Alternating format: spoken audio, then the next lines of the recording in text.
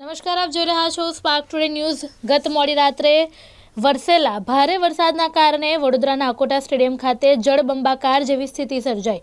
આજે સાંજે મહાનગરપાલિકા દ્વારા અહીં ગરબાનું આયોજન થવાનું છે, પરંતુ મેદાનમાં પાણી ભરાઈ જતા ખેલૈયાઓમાં નિરાશાનો માહોલ જોવા મળ્યો। પરિસ્થિતિને કાબૂમાં લેવા મહાનગરપાલિકાએ તાત્કાલિક કાર્યવાહી હાથ ધરી છે। મજૂરો સાથે જેસીબી મશીન અને રોડ રોલરની મદદથી અને નવા નક્કોર સ્પંજ મંગાવી મજૂરો દ્વારા મેદાનમાંથી પાણી કાઢવાની તથા ભીની માટીને લેવલ કરવાની કામગીરી શરૂ કરી દેવામાં આવી છે। હવામાન વિભાગે આગામી દિવસોમાં અતિભારે વરસાદની આગાહી કરી, જેના કારણે નવરાત્રિ મહોત્સવની ઉજવણીને લઈને ખેલૈયાઓમાં ચિંતા ફેલાઈ। હવે જોવાનું એ રહ્યું કે નગરપાલિકાની કામગીરી સમયસર પૂર્ણ થાય છે કે નહીં, અને આજે સાંજે અકોટા સ્ટેડિયમમાં મહાનગરપાલિકા દ્વારા આયોજિત ગરબા યોજાશે કે નહીં, જેની સંપૂર્ણ માહિતી સિટી એન્જિનિયર પ્રમોદ વસાવાએ આપી।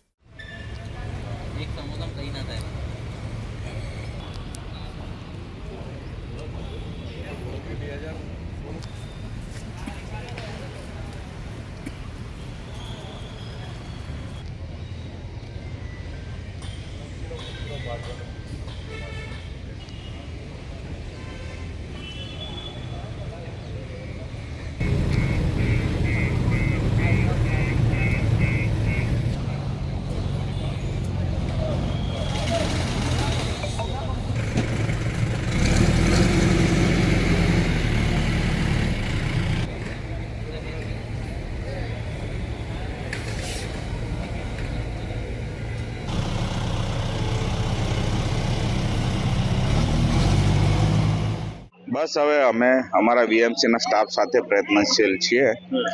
વાદળીના સહારે આ બધું પાણી નિકાલ કરીએ છીએ।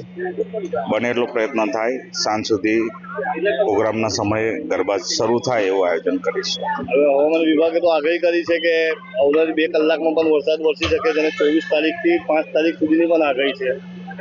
કુદરત છે, વરસાદ છે, વરસાદને કોઈ રોકી નહીં શકતો, એટલે એમાં તો આપણે પ્રેડિક્શન કરી ના શકીએ। કેવા પ્રકારની પાણી કાઢવાની કામગીરી ચાલુ છે? બસ વાદળીથી કાઢીએ છીએ અને પછી સૂકું થાય તો ભાઈ રોલિંગ કરીને કંઈક કરીએ છીએ। શું લાગે છે સાંજ સુધી ગરબા થશે?